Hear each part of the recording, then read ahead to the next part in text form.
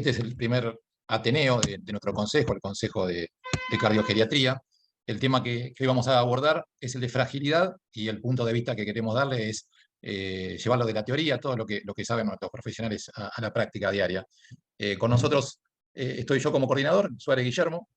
No está Mayra Villalba porque tiene un compromiso, está en una formación de posgrado y la va a reemplazar nuestra directora, que es la doctora María Soledad Palacio. Así que bienvenida, Sole. Va a hacer una presentación el doctor Jorge Tronché y por último va a continuar con el punto de fragilidad Matías Manzotti, el doctor Manzotti. Así que gracias también, Matías, por la participación y el doctor Jorge Tronché. Como invitados están hoy el doctor Fernando Sogen, está el doctor Julio Nemerovsky, así que bienvenidos a ambos y gracias por la colaboración y por la participación, igual que a todos a los que participan de nuestro primer Ateneo.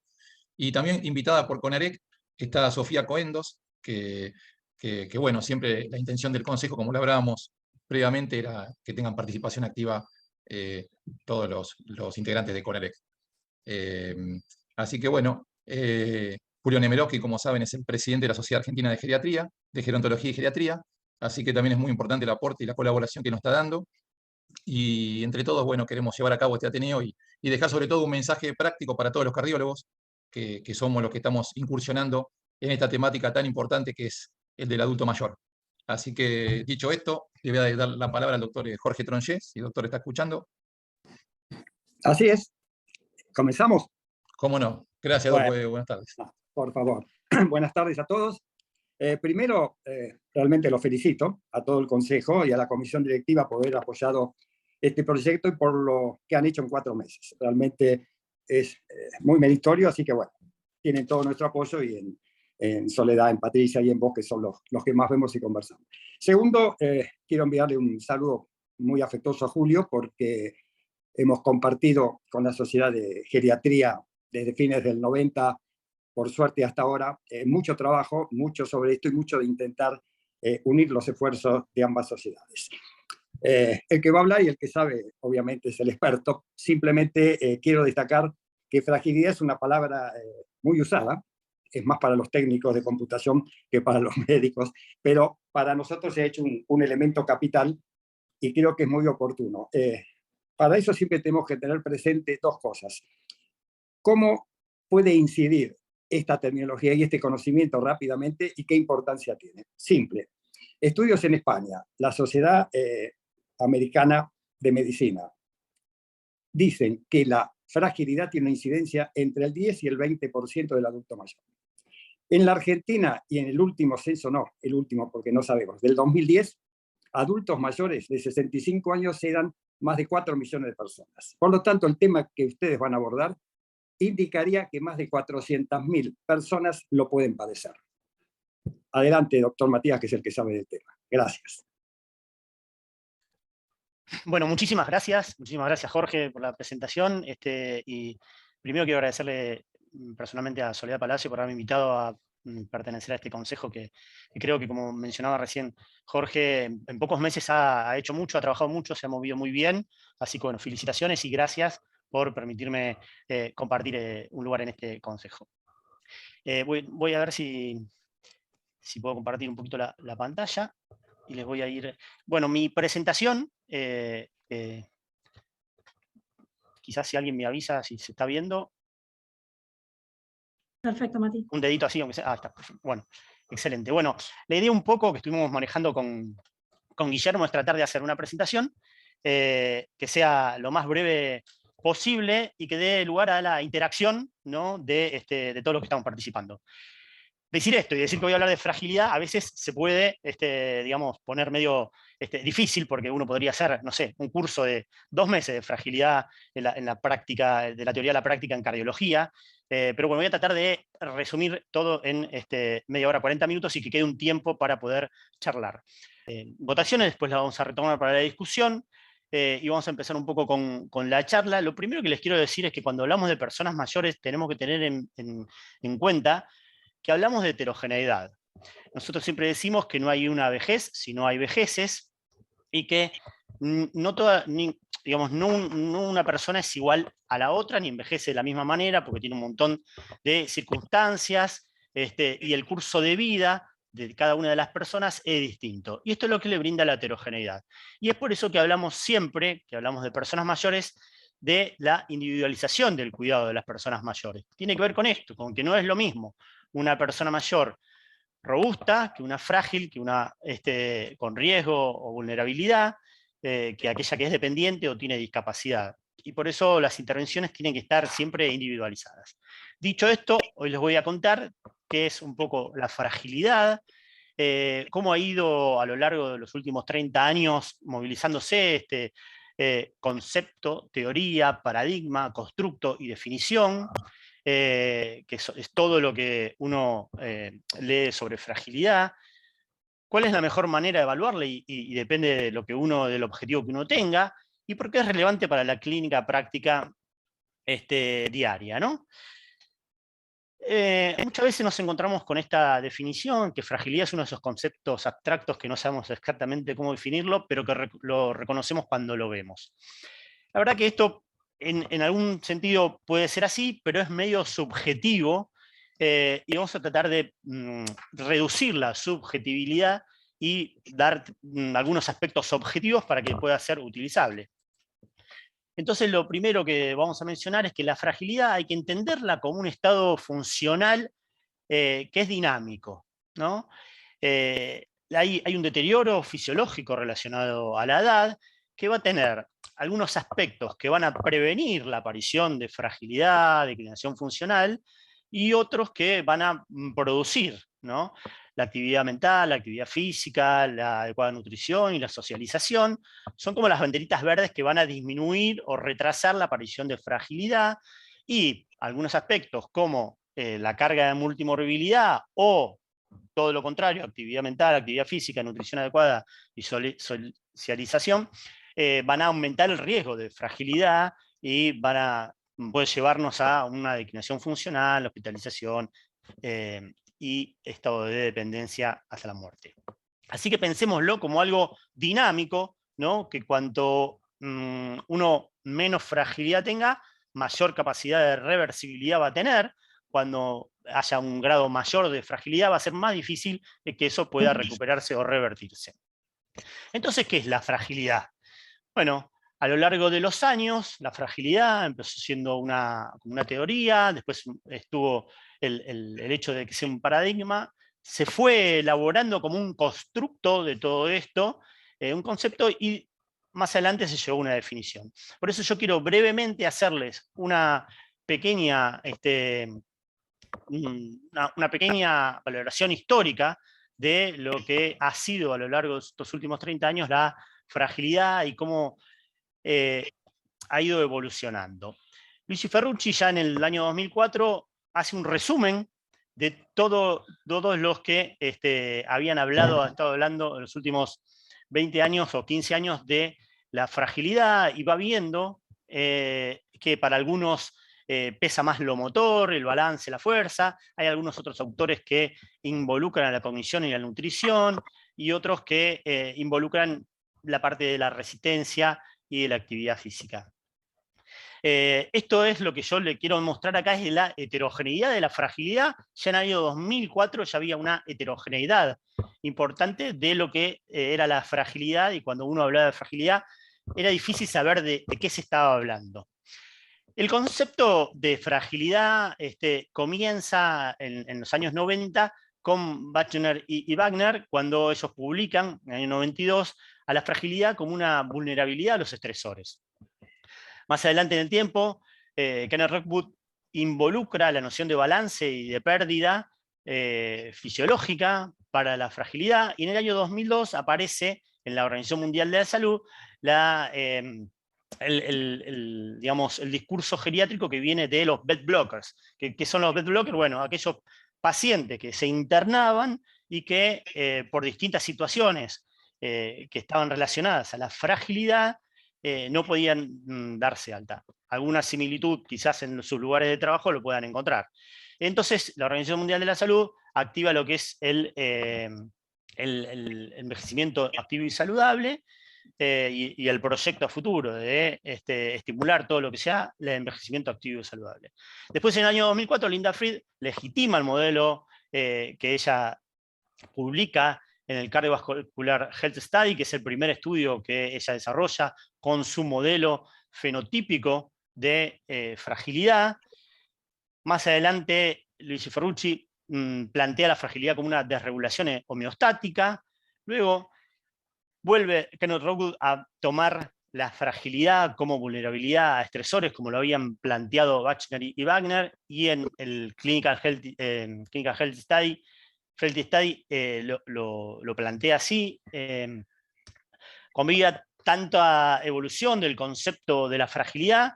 Leocadio Rodríguez Maña dice, bueno, espere, vamos a tratar de salir de la teoría y vamos a llevar una definición operativa que nos sirva para evolucionar. John Morley, en el año 2013, dice, esto es un síndrome médico de causas múltiples de pérdida de fuerza y resistencia y disminución de la función fisiológica que aumenta la vulnerabilidad individual. Más adelante, Bruno Velas, y yo les voy nombrando todos los actores que ha tenido a lo largo de la historia el concepto y la evolución de la fragilidad, dice, necesitamos llevar a la acción y legitimar la geriatría a través de la fragilidad. Y en la IAGG, que es la Asociación Internacional de Gerontología y Geriatría, tienden a promover el acceso a la innovación, es donde se desarrolla el Gerontopol en Francia, con Bruno Velas a la cabeza, y dice, fenotipo de índice de fragilidad son herramientas distintas para diferentes propósitos. Más adelante empieza a haber nuevos elementos como son la resiliencia, la complejidad, la capacidad intrínseca y la reserva de los individuos para el concepto evolutivo de la fragilidad. Entonces, ¿qué significa fragilidad? Bueno, es un término usado para referirse a un síndrome multidimensional de pérdida de reservas, que estas pueden ser cognitivas, motoras, energéticas, de habilidad física, y este estado nos va a desarrollar una alta vulnerabilidad para desenlaces adversos en salud, como la discapacidad, la dependencia, las caídas o la necesidad de cuidados a largo plazo y muerte. Entonces, todos estos autores se ponen de acuerdo en un concepto, que hay que ir de una definición conceptual a una operacional. Y se ponen de acuerdo en estos puntos. Es un síndrome clínico, no es sinónimo de discapacidad, aumenta el riesgo de mayor deterioro funcional y podría ser reversible o atenuada con algunas intervenciones. Son 4 puntos esenciales de lo que es una definición operacional de la fragilidad. Para los que no conocen el concepto de fragilidad inicial de Linda Fried, que es el fenotipo de Linda Fried, son 5 puntos, ¿no? Que es la pérdida de peso, el agotamiento manifiesto, el exhaustion en inglés, la habilidad medida por agarre de mano. Por eso en un momento mencionaba Guillermo que uno de los pacientes tenía descripto en el caso clínico la fuerza de prensión de mano y en el otro no. La fuerza de prensión de mano normal es para las mujeres mayor de 20 y para los hombres mayor de 30. Y la velocidad lenta de la marcha es más de 0.8 metros por segundo. Y también una baja actividad física. Si tiene 3 de estos 5 puntos, para Linda Fried es un paciente frágil. ¿Y por qué era importante? Porque lo que demostró Linda Fried en el Cardiovascular Health Study, que los pacientes frágiles se morían más que los pacientes no frágiles, tenían peores desenlaces en discapacidad, aumentaban las caídas, la hospitalización y la muerte. Luego, Kenneth Rogood, en el año 2004, publica el Clinical Frailty Scale del Estudio Canadiense de Salud y Edad, y más o menos dice lo mismo. Los clasifican en distintas categorías, de muy robusto hasta severamente frágil, pero hay un gradiente, ¿no? Del más frágil al más robusto, de sobrevida, de probabilidad de sobrevida y probabilidad de evitar la institucionalización. Es decir, que la fragilidad aumenta la mortalidad y aumenta la institucionalización para Kenneth Rogood. Y bueno, después empiezan a aparecer un montón de estudios que miden desenlaces relacionados a la fragilidad, como son las caídas, las fracturas y la discapacidad. Y uno muy interesante es que es el de los costos. En este estudio de la cohorte STER se ve claramente que los pacientes frágiles salen más caros que los pacientes no frágiles. Y este costo, lo interesante de este estudio, que dice que este costo es atribuible más que a la edad, a la fragilidad. Por eso, de manera intencional, en los casos clínicos no puse la edad y puse algunas cuestiones de lo que era la fragilidad. Bueno, ¿y cuáles son las herramientas validadas? Bueno, hay un montón de herramientas para medir la fragilidad. Yo siempre lo que digo es, uno al usar una herramienta para lo que sea, tiene que tratar de utilizar una herramienta que digamos, esté validada para el objetivo que uno tiene y que sea lo más sencilla de usar por el tiempo que demanda realizar la escala y que uno la conozca y se acostumbre. Es decir, que si uno dice, bueno, yo uso el BES 13, que es el Vulnerability del Survey, para seguimiento de pacientes vulnerables, y lo sabe usar y le da resultado, hay que usarlo. Si uno dice, no, yo voy por la escala Frail, que es sencilla y la conozco bien, bueno, ahora vamos a ver un poquito de qué se tratan todas estas escalas. Hay algunas escalas que son de screen rápido y otras que son de, digamos, mayor evaluación, como puede ser la SPPB, que es la Short Physical Performance Battery, que es una escala compleja, que demanda mayor tiempo, mayor aparatología, que bueno, es muy útil, pero quizás sea útil para hacer un estudio de investigación sobre fragilidad y sarcopenia. Después hay otras escalas como son la escala de Edmonton, y después está la evaluación geriátrica integral. La evaluación geriátrica integral bien hecha no dura menos de 1 hora, y me parece que no es una herramienta para que pueda hacer el cardiólogo en una consulta diaria. Y por ahí sí, el Tilburg Frailty Index, o la escala de fragilidad clínica, hay escalas visuales, como vamos a ver, que por ahí pueden ser de utilidad. ¿Qué es el BES 13? Bueno, el BES 13 fue desarrollado hace muchos años y es para determinar qué pacientes son vulnerables. Son algunas preguntitas sencillas, que es autorreporte de mala salud, limitación en la función física, cualquier discapacidad funcional, y le da un puntaje a la edad. Acá es uno de los pocos que le dan puntaje a la edad, y realmente le da un puntaje de peso a los pacientes mayores de 85 años. Ellos demuestran que las personas que tienen un BES 13 con un score de 3 tienen un 23% de riesgo combinado de deterioro funcional y muerte, pero que cuando el score sube a 10, este 23% sube a 60%. Es bastante sencilla de realizar, por eso la pongo, porque creo que es algo que puede servir para screening de vulnerabilidad, y por ahí decir, bueno, si yo quiero hacer un trabajo sobre toma de decisión, un paciente cardiológico para determinada patología, le puedo hacer rápido un BES 13, y si me da alto, lo mando a hacer una evaluación geriátrica integral. Bueno, simplemente para que sepan que las personas mayores vulnerables tienen un riesgo de casi 4 veces más de deterioro funcional y muerte, que era 23 contra el 60% de lo que me mencionaba antes. Después está la escala de fragilidad de Edmonton, que es una escala que está bastante validada para distintas situaciones, en donde involucra distintos dominios de fragilidad, como pueden ser la nutrición, el soporte social, la independencia funcional y el estado cognitivo. Es bastante sencilla, uno tiene que tener esto y preguntarle al paciente estos puntos y darle una valoración al score. Si el score da 1, 2 y 3 es robusto, y si da, bueno, más de 6 es frágil, leve, moderado o severo.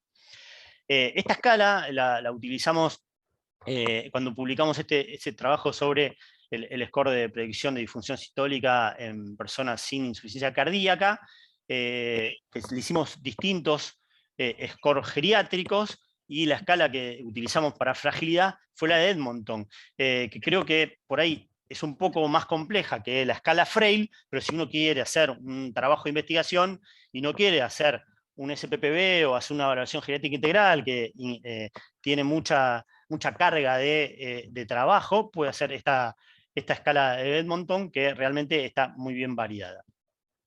Después está esta escala, el índice de Tilburg, que es muy sencillo, porque es una escala de autorreporte, que uno la puede dejar inclusive en la sala de espera del consultorio y que la vayan llenando los pacientes.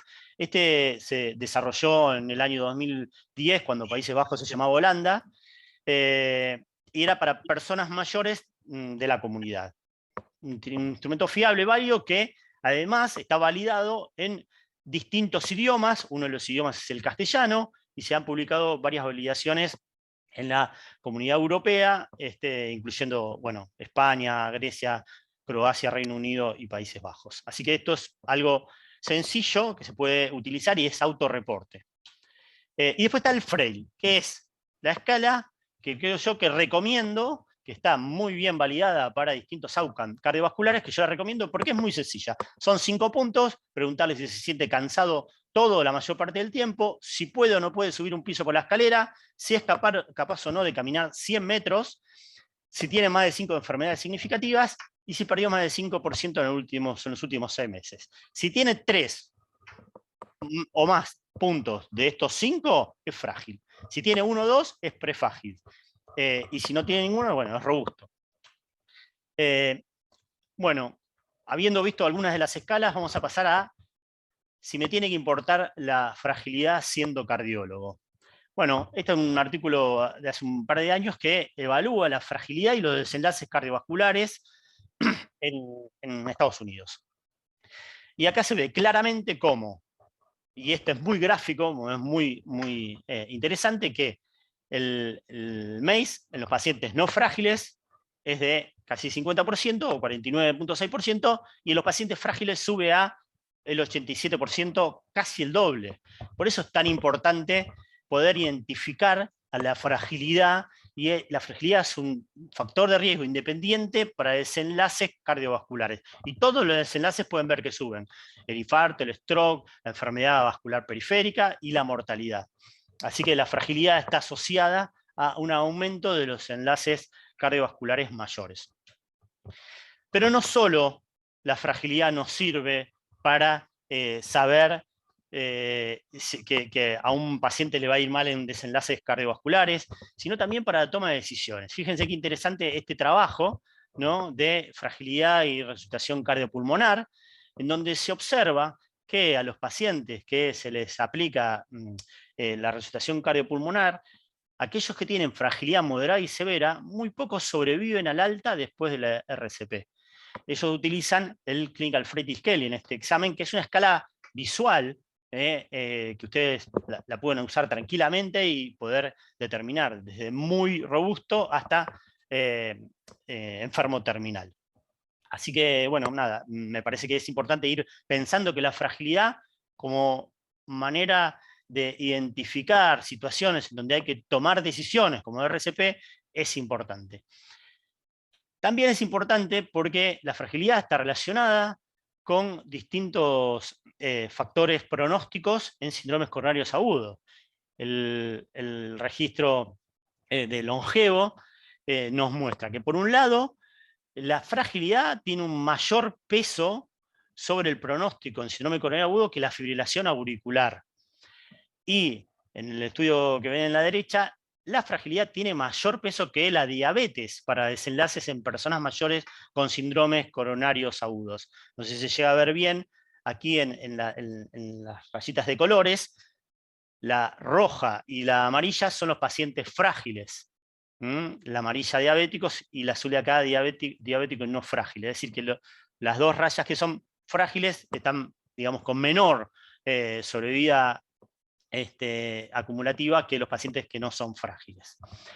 Y otra vez, la escala Frail, ¿no?, está demostrada que sirve para predecir la tasa de mortalidad o reingreso independientemente de otros factores pronósticos importantes en personas mayores con síndrome coronario agudo. Es por eso que uno puede utilizar la escala Frail, que es sencilla y está muy bien validada para estos desenlaces. Y después está todo lo que tiene que ver con el FRAGIC. El FRAGIC es la relación entre la fragilidad y la insuficiencia cardíaca. El registro FRAGIC, que es un registro español, nos muestra cómo ellos, a los pacientes con insuficiencia cardíaca mayores de 75 años, los cribaron, los pesquisaron con 2 herramientas muy sencillas. Con la escala Frail, son esos 5 puntos que yo les mencioné, y una escala visual de movilidad. Miren qué sencillo mirar esa escala visual de movilidad. Identificaron a los pacientes de alto riesgo y se fijaron cómo fue la probabilidad de supervivencia, y lógicamente los pacientes frágiles sobrevivieron mucho menos que los pacientes robustos. en insuficiencia cardíaca. Bueno, finalmente quiero hacer una mención al consenso, al documento de consenso que se publicó hace un par de meses, donde participaron distintas asociaciones cardiológicas de varios lugares, sobre todo europeos, y lo que podemos, digamos, y me gustaría destacar es que ellos separan bien lo que es fragilidad, multimorbilidad y discapacidad. Y nos dicen que son condiciones que habitualmente se superponen, pero no hay que, digamos, sinonimizarlas. No es lo mismo discapacidad que fragilidad ni multimorbilidad, aunque se superpongan. Y ellos dicen, bueno, lo que hay que hacer es hacer screening, identificar la fragilidad. Si el paciente no es frágil, no importa la edad que tiene, uno lo trata con, digamos, como para los pacientes jóvenes. Si el paciente es frágil, bueno, o uno identifica los dominios donde está esa fragilidad. Si tiene, por ejemplo, un solo dominio cognitivo, bueno, hay que ver qué uno puede hacer sobre ese dominio, o le hacemos una evaluación geriátrica integral y vemos cuáles son los déficits de la fragilidad que son modificables y plausibles de algún tratamiento o de manejo de la fragilidad. ¿Y cómo manejamos la fragilidad? Bueno, para manejar la fragilidad se requiere un equipo transdisciplinario, donde tienen que estar involucrados cardiólogos, médicos generalistas, enfermeros, geriatras, sistemas de trabajo social, y que además la fragilidad impacta sobre diferentes desenlaces cardiovasculares. Enfermedad coronaria, enfermedad periférica, arterial periférica, insuficiencia cardíaca, arritmias, la toma de decisión sobre implantación de dispositivos, y la cardiología intervencional y la prevención cardiovascular. Plantean en este consenso distintas perspectivas a futuro, nos dicen que los sistemas de salud van a seguir estresándose, que va a seguir aumentando la población de personas mayores, por lo tanto va a seguir aumentando la fragilidad, que los pacientes frágiles a menudo se excluyen de los grandes ensayos cardiovasculares, y dice, ojo, la sociedad de cardiología deberían diseñar estudios dirigidos a pacientes frágiles, no excluirlos, porque los pacientes después los estudios van a dejar de ser representativos. Dice que a pesar de que la mayoría de las prácticas, la guía de práctica clínica sugieren una cuidadosa atención a la edad, las comorbilidades y los componentes asociados a la fragilidad, el manejo de los pacientes frágiles actualmente siguen las recomendaciones como sujetos no frágiles, y esto debería modificarse. Y que hay que utilizar métodos estandarizados para evaluar la fragilidad que deberían ser comunes para poder interpretar distintos estudios. Y que, a pesar de que la heterogeneidad de las herramientas de detección y evaluación actuales disponibles, estas no deben limitar la evaluación de la fragilidad en la práctica diaria. ¿Qué intervenciones podemos brindar para la fragilidad de las personas mayores con enfermedad cardiovascular?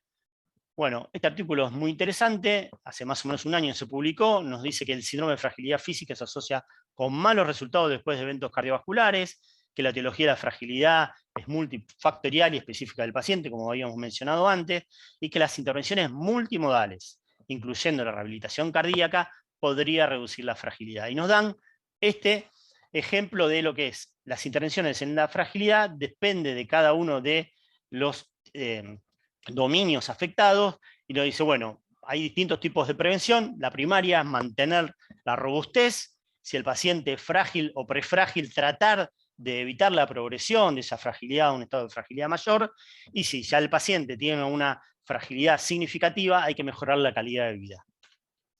Como conclusiones y para abrir la discusión, quiero plantear la importancia que tiene la fragilidad en la cardiología clínica, y espero que hayan podido ir evaluando esto a lo largo de esta presentación. La necesidad de uso de herramientas sencillas para su identificación, como les decía antes, sencillas y que puedan ser usadas por cada uno de los cardiólogos en el consultorio, y que la toma de decisiones debe hacerse conociendo el impacto pronóstico de la fragilidad en las distintas situaciones clínicas.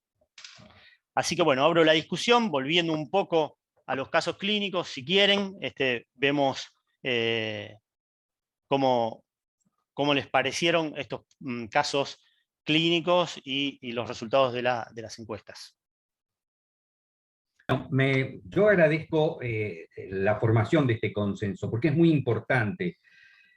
Muchas veces nos encontramos en la práctica cotidiana, aquellos que hacemos medicina asistencial, con que recibimos un paciente que recibe intervenciones de distintas especialidades y que, bueno, obviamente los resultados son malos y la evolución del paciente hace que se deje de ser una persona mayor enferma para transformarse en un verdadero paciente geriátrico. Es decir, nosotros cuando hablamos de pacientes geriátricos estamos involucrando no solamente al grupo etario, sino también al impacto que las distintas noxas tienen en esa persona mayor.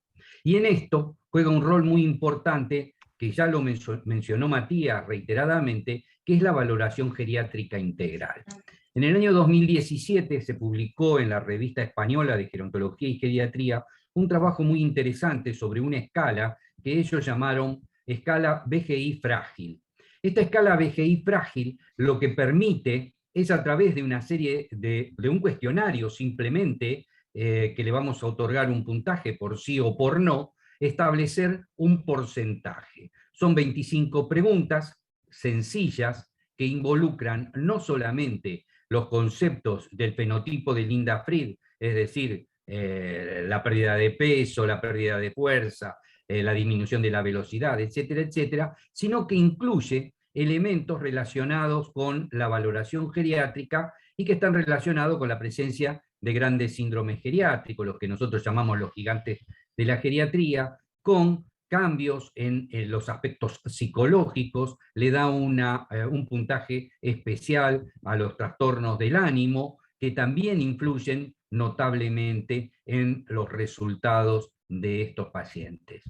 Y agregar a la exposición de Matías, que fue amplia y completísima, el concepto que a veces discutimos, ¿no es cierto?, sobre la definición de John Morley respecto de que se trate de exclusivamente un síndrome médico. Sabemos que fue agregado en el consenso ya del 2017 y del 2018, en el consenso europeo, el concepto de las distintas fragilidades que hacen a las personas mayores, como es la fragilidad social, fundamentalmente, y la fragilidad por deterioro de su estado cognitivo.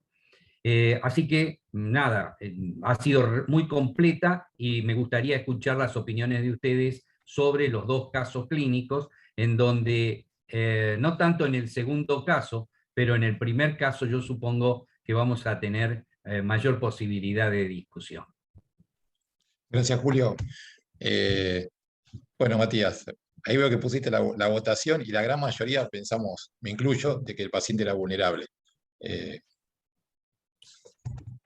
Sí, acá no hay cuestión de decir cuál es la correcta, ¿no? No, Simplemente seguro. discutir un poco. Me parece que con lo que yo les había planteado en este slide, el paciente 1, uno podría decir que faltan elementos para saber si el paciente es frágil o no, porque sabemos que es un paciente que tiene una alta carga de comorbilidad, que es independiente, pero la verdad que no sabemos si él refiere que está cansado, está agotado, no sabemos a qué velocidad la marcha camina, no sabemos, y si uno por ahí usara el Frail, la escala de Frail, tampoco sabemos si puede subir una escalera o caminar 100 metros, porque bueno, uno puede, como decía antes, ¿no?, subjetivamente ver que si le gusta ir a pescar, pero a veces la subjetividad, si uno no objetiva bien lo que le está pasando al paciente, nos puede llevar a una mala jugada.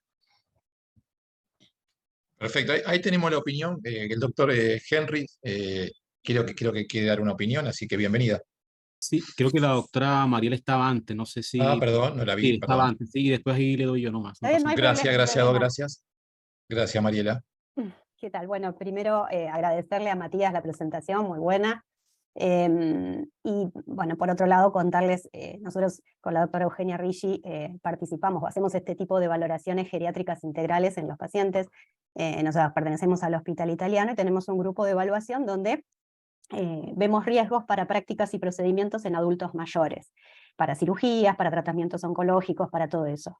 Por supuesto que bueno, la valoración geriátrica integral es la mejor herramienta, pero nosotras contamos con un módulo de evaluación especial, donde tenemos 1 hora para estar con el paciente, y por eso me parece muy, muy bueno lo que aportaba Matías, de que uno tiene que buscar alguna herramienta que sea un poquito más sencilla, de menos tiempo de aplicación, y en ese sentido hay algunas de las herramientas, como por ejemplo la escala de Edmonton, que está muy buena, porque no es tan larga, pero además tiene en cuenta los distintos aspectos que hacen a la fragilidad, no solamente lo físico, como aporta el Frail o la escala de Fried, sino que también tiene en cuenta la red social, que es muchas veces muy importante en la hora de decidir un procedimiento o no, porque la persona vulnerable o frágil, incluso que se interviene, si después en su posoperatorio va a estar sola, por ahí comete errores o sufre alguna complicación que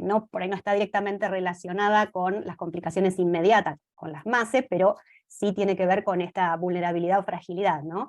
Así que bueno, esa me parece una escala que está muy buena para tener en cuenta incluso las cosas, como decía Matías, las cosas modificables, ¿no? Lo que potencialmente se pueda corregir de esa fragilidad. Y con respecto a los 2 pacientes, bueno, sí del primero faltan los datos de lo que tiene que ver con su marcha, su equilibrio y todo lo que tiene que ver con la movilidad, pero bueno, en principio por todo lo que está puesto acá, pareciera una persona más bien robusta, porque bueno, dentro de los datos que tienen que ver con la fragilidad, el paciente es completamente independiente para sus actividades, conduce su auto, tiene un buen estado nutricional, tiene una buena red social, o sea, aparentemente con los datos que contamos podríamos decir que es una persona robusta. Y con respecto a la segunda paciente, es una persona que yo creo que cumple criterios para fragilidad. Si uno empieza a contar un poco en estas escalas, digamos, me parece que está llegando a una fragilidad, aunque sea leve. Y otra cosa que quería aportar es que también depende, ¿no es cierto?, el procedimiento que se va a hacer. No todo es lo mismo, ¿no? O sea, a la segunda señora me parece que claramente no es una señora para reemplazo quirúrgico, pero sí podría ser una candidata para TAVI. Justamente en estos pacientes se desarrolló y tuvo su lugar el TAVI. Y en el primer paciente, que es un paciente que por ahí podría ser pasible de una endoprótesis aórtica, también el procedimiento no es, si bien es de riesgo, no es algo de riesgo muy, muy elevado, como para pensar en que esta persona está con un riesgo prohibitivo. Así que bueno, nada más, eso me parece que también tener en cuenta qué es lo que se le está planteando como tratamiento al paciente, tiene que formar parte y uno tiene que conocer de qué se trata. Muchas veces por la interacción con los especialistas que los derivan a los pacientes, podemos saber bien de qué se trata, lo que hay que hacerle, y dar una opinión un poquito más concreta, digamos, con más seguridad, por decirlo de alguna manera. Gracias, Mariela. Gracias por tu opinión. Y bueno, doctor de las Salas, seguimos con orden Sí. de... Sí, doctor. O sea, es súper, bueno, felicitar primero al doctor Manzotti, creo que fue una presentación bastante grande y buena en el sentido de que abarcó muchas cosas, y comenzar un Ateneo con este tema es meterse en problemas, porque la fragilidad, ahí discutimos con el doctor Danjulín en algún momento, es una cuestión en donde hay muchos problemas porque no nos ponemos de acuerdo totalmente. Y en esa discusión con el doctor Danjulín hablábamos el ideal de un biomarcador, lo que uno siempre en cardiología busca, un biomarcador, dame un biomarcador. Troponina, PCR, homocisteína, dame un marcador. Pero lamentablemente cuando hay muchas escalas es porque todavía no sabemos exactamente cómo son las cosas, entonces hay que ir afinando un poco. Y quiero como unos puntos importantes que estos 2 casos clínicos nos dejan, es que la fragilidad no es exclusiva de la edad. Hasta el 20% de las personas jóvenes con insuficiencia cardíaca son frágiles. Y es un continuo, o sea, uno teóricamente si es prefrágil puede pasar a robusto. Y con menos probabilidad de frágil a prefrágil, pero es un continuo, es súper importante. Y en ese mismo punto, si bien el estudio que más impactó en el cardiovascular study de Linda Fried es un estudio que tiene un problemita, y es que el 61% de los pacientes retrospectivamente tenían enfermedad coronaria subclínica. Entonces la fragilidad, ahí podríamos decir, de que puede que sea un subrogado de enfermedad subclínica, y eso nosotros lo conocemos que en el estudio PESA es aterosclerosis. Entonces, ¿será que estamos llamando con otro nombre lo que ya sabemos? Esa es una pregunta que tenemos que ir respondiendo. Pasando al segundo punto, depende mucho del escenario. Es diferente si la fragilidad la evalúa un equipo de geriatría o un equipo de cardiología o de nefrología. ¿Por qué? Porque el tiempo del cardiólogo habitualmente tiene 15, 20 minutos para tomar decisiones muy complejas, y ahí sí la recomendación, si es geriatría, tiene que irse a BGI, probablemente porque es el gol estándar. Pero si es otro equipo que esté familiarizado, ahí lo ideal, claro, sería, dependiendo con qué nos estamos enfrentando. Por ejemplo, si es un paciente que es una estenosis aórtica, que esté de reemplazar la válvula, o hacerle un implante de TAVI, probablemente ahí en la escala de Jonathan, de McGill, el FT, sea una escala bastante buena, de dos biomarcadores, hemoglobina, albúmina, que se levante cognitivo. O estoy súper de acuerdo con que el Frail, de hecho es la recomendación que habitualmente nosotros hacemos, que Frail, porque es rápido, demora unos 2 minutos en entrenamiento, en la escala visual dura más o menos 1 minuto, que es ojímetro. Sin embargo, no debemos olvidarnos de la velocidad de la marcha. El problema de la velocidad de la marcha es que es física, como lo que decía el doctor Nemirovsky, es física, ese es el problema. Solamente la mayoría de los estudios son físicos, pero una velocidad de la marcha, por ejemplo, un paciente que yo estoy pensando que va a cirugía cardíaca, se la hago en 5 metros porque aún está validada, y en menos de 0.8 metros por segundo, yo ahí sé, si estoy en cardiología, sé, ese paciente está lento. ¿Yo qué hago? Derivo. Y ahí se acaba mi intervención. Yo derivo, sé que ese paciente es frágil. Con respecto a qué hacer, yo creo que el doctor Manzotti lo dijo muy bien, es el estudio de Anjuli, de Job Hawking, en donde se hace una revisión bastante extensa de las intervenciones, y es lo que el doctor Julio nos comentaba antes, o sea, sabemos que la intervención de la fragilidad, lo que es la prehabilitación en procedimientos quirúrgicos, nos disminuye morbilidad, nos mejora calidad de vida y nos mejora por ahí 1 o 2 días de estadía, pero mortalidad no tiene impacto hasta ahora. ¿Por qué? Porque muchas veces se mide la fragilidad con muchas cosas y se hace intervenciones muy diferentes. Sin embargo, cuando yo veo fragilidad en un paciente con cardiopatía, lo que tengo que a veces pensar es, ¿qué hago? Porque muchas veces sí, listo, es frágil ya, es frágil, pero ajá, ¿y ahora qué hago? Ese es el punto, o sea, ¿qué vamos a hacer para hacer que ese MACE sea mucho más bajo, que la mortalidad sea mucho más baja, que la respiración sea mucho más baja? Y ahí son las intervenciones que la valoración geriátrica nos plantea. Y ya para concluir, considero que apoyo mucho, y creo que en base a lo que ahorita la ES y la AJA consideraron, es que estos pacientes en el equipo de cardiología que se dedican a rehabilitación cardíaca, la fragilidad es un gran elemento para esa evidencia que es nivel 1A, decir, ¿sabes qué? Intentar abarcar mucho más a los pacientes para rehabilitarlo. El paciente frágil, y con ese concepto, puede ser el más beneficioso. Y con respecto al paciente número 1, yo creo que el paciente número 1 es un paciente que, por tener multimorbilidad, simplemente por eso, por tener un riesgo aumentado de sangrado, porque no está con DOAC, está con antivitamina K, creo, no sé si esas son las siglas de FA paroxística, no sé. Sí, fibrilación auricular paroxística y Eso. está con warfarina. Exacto. Está con warfarina, tiene alto riesgo de sangrado y probablemente se le va a ofrecer algún procedimiento. Ese paciente, yo me quedaría con que merece una valoración. Y ahí, ya sea por el equipo de medicina interna, por el equipo de geriatría, en donde hay probablemente en la valoración que le vamos a hacer, no estamos hablando de geriátrica integral, ahí puede que nos encontremos sorpresas, porque otra cosa de la fragilidad es que si uno no la busca, muchas veces no la encuentra. Eso serían mis opiniones. Mica Basterrica, y soy participante de la CONAREC, del Consejo de Residentes de Cardiología. Pero primero que nada, felicitar al doctor, la presentación súper completa y la verdad me aportó mucha información. Primero que nada, quería celebrar que nos invitaran a los residentes de CONAREC a formar parte del Consejo y a formar parte de estos ateneos, a poder, bueno, formarnos sobre un área que estamos, la verdad, medio flojos, bastante flojos. Estaba pensando que la verdad es que mi formación, no solamente como residente, sino que mi formación durante la carrera, no tuve una clase como esta, por ejemplo, donde me enseñaran a evaluar bien la fragilidad y la importancia de evaluar la fragilidad en los pacientes. Así que me parece que la cardiogeriatría es algo que tiene que empezar, gracias, ahí dicen, felicitaciones Sofía por tu interés. La cardiogeriatría es algo que tiene que empezar a tomar más fuerza en nuestra formación y tiene que empezar a formar parte de nuestra formación, a tener clases en el curso que hacemos en la Sociedad Argentina de Cardiología, y creo que la verdad que hay muchos de nosotros que vamos a estar más que interesados de poder formarnos en ese área. Y con respecto a la fragilidad a la presentación, me llevo, como dijo el doctor recién, el concepto de que la fragilidad no es solo la edad.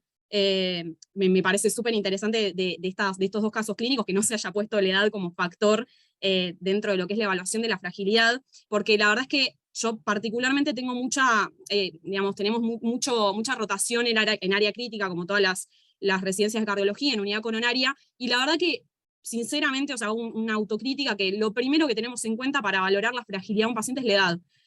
Y creo que de esta presentación me llevo que la fragilidad es muchísimo más que eso. Y también me parece, siempre me pongo en cuestionamiento cuán importante es la fragilidad en la toma de decisiones, en si hacer o no una intervención en un paciente que ingresa y quizás requiere alguna intervención algo cruenta. Y la verdad, bueno, justamente estos dos casos clínicos terminan en la pregunta de que si los pacientes son frágiles o no para definir tanto la endoprótesis como el reemplazo de válvula o TAVI, digamos. Y bueno, me parece que tenemos que formarnos más en este aspecto y que nos queda bastante por recorrer. Bueno, muchas gracias, Sofía, gracias por tu opinión. Y bueno, Matías, ¿querés comentar algo más del caso clínico? Yo voy a dejar una opinión como cardiólogo final, Sí, pero quería, porque no, me quería, gustó la opinión del doctor de las Salas, porque creo que él plantea, digamos, quizás el uso de los scores, que puede ser distinto para un geriatra en la toma de decisiones que era de un cardiólogo. Entonces, me parece que es muy valiosa esa opinión. Y bueno, a mí personalmente la escala de impresión clínica o la Frail me parecen súper prácticas. Obviamente, seguramente el geriatra quiere usar más la BGI, para nosotros es un poco más engorroso, pero bueno, creo que va a ser un desafío ponernos o consensuar y buscar las mejores herramientas para nuestro uso diario, ¿no es cierto?, cotidiano. perfecto. Yo quería agregar dos cosas. Me parece que quiero destacar la del dinamismo, ¿no? Porque en el caso de la paciente 2, claramente es una paciente que por su sintomatología, ¿no? de la válvula aórtica, empieza a ser frágil, porque ella empieza a dejar de ir al trabajo, ¿no? Un poco por su disnea, que siempre es un poco solapada, pero muchas veces se ve, ¿no?, que la patología que tiene el paciente empieza a impactar sobre su funcionalidad. Y que muchas veces resolviendo esa patología, ese estado de prefragilidad, porque esta paciente, como vemos, tiene una fuerza de presión de mano adecuada, no tiene alteración cognitiva, tiene una velocidad de la marcha que está ahí, más o menos un poquito lento, pero por ahí porque tiene disnea al caminar por su estenosis aórtica, entonces no sabemos qué valor tiene la velocidad de la marcha en este paciente. Si nosotros le podemos solucionar el problema que le está generando esta disnea, quizás esta mujer vuelva a ser una mujer robusta, no tenga esa velocidad de la marcha enletecida y pueda volver a su comercio a la caja. Eso por un lado, ¿no? La importancia que tiene la interrelación entre la multimorbilidad o la morbilidad y la fragilidad. Y por otro lado, me parece también destacar y contarles un poco cómo trabajamos nosotros en el Heart Team del Hospital Alemán, en donde el cardiólogo le evalúa a los pacientes y por ahí hace una escala, utiliza el Frail y el BES-13, que son dos escalas sencillas, y si el paciente en esa pesquisa de fragilidad es frágil, nos lo deriva, para nosotros le hagamos la evaluación geriátrica integral. Y con la evaluación geriátrica integral se discute en el Heart Team cuál es la mejor conducta a tomar dependiendo de la evaluación geriátrica integral. Si el paciente en la pesquisa del cardiólogo con el Frail no le da que es frágil, directamente no hace falta que un geriatra le haga una evaluación geriátrica integral y se tome una conducta como un paciente robusto. Perfecto. Está muy bien esa observación y los grupos de trabajo en ese aspecto son geniales, sobre todo cuando uno los puede formar dentro de su lugar de trabajo. Así que me parece espectacular. Yo voy a hacer una pregunta para vos, quizás Matías, sobre todo para todos los geriatras. Decir que el paciente no tiene alteración, o al revés, el paciente tiene alteración cognitiva, ¿ya lo pone en un grupo de frágil por definición o no necesariamente? No, como mostré, la alteración cognitiva es uno de los dominios de la fragilidad. Uno, digamos, puede tener fragilidad cognitiva sin tener ningún otro tipo de fragilidad. Cuando uno ve la escala de un montón, si todo lo demás le da bien y tiene deterioro cognitivo, tiene un punto. Pero bueno, a veces es importante detectarla. Hay algunos scores que son sencillos para nosotros, el Minicog o el MOCA, que lo hacemos habitualmente en la consulta, que nos lleva 3 minutos, 5 minutos, y nos dan más herramientas para la toma de decisión. Pero no significa que un paciente con deterioro cognitivo leve tenga fragilidad. Por ahí tiene fragilidad cognitiva, pero no una fragilidad global. Perfecto. Y la otra pregunta que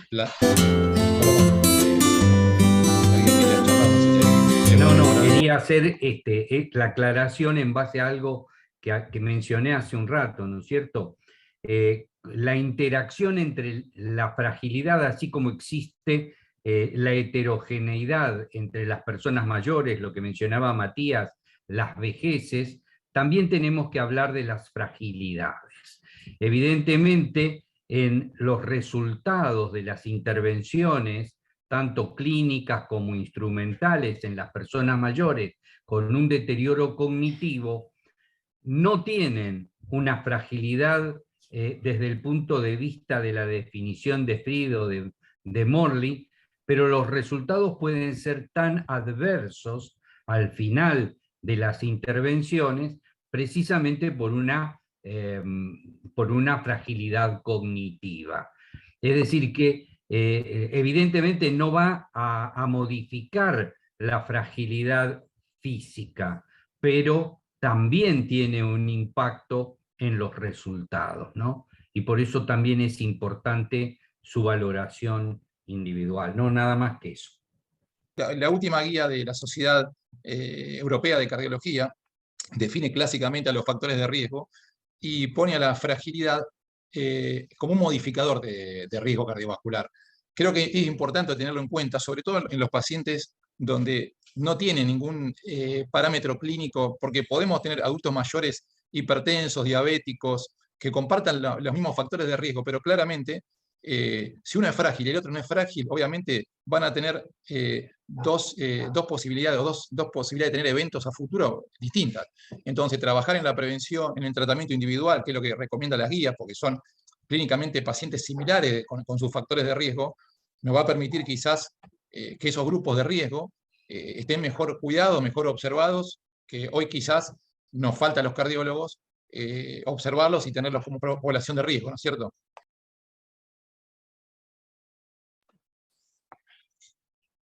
Y yo creo que, doctora Palacio, el doctor Joe Dawson de Vanderbilt, él decía que los cardiólogos por defecto, aunque no quieran, son cardiólogos geriatras.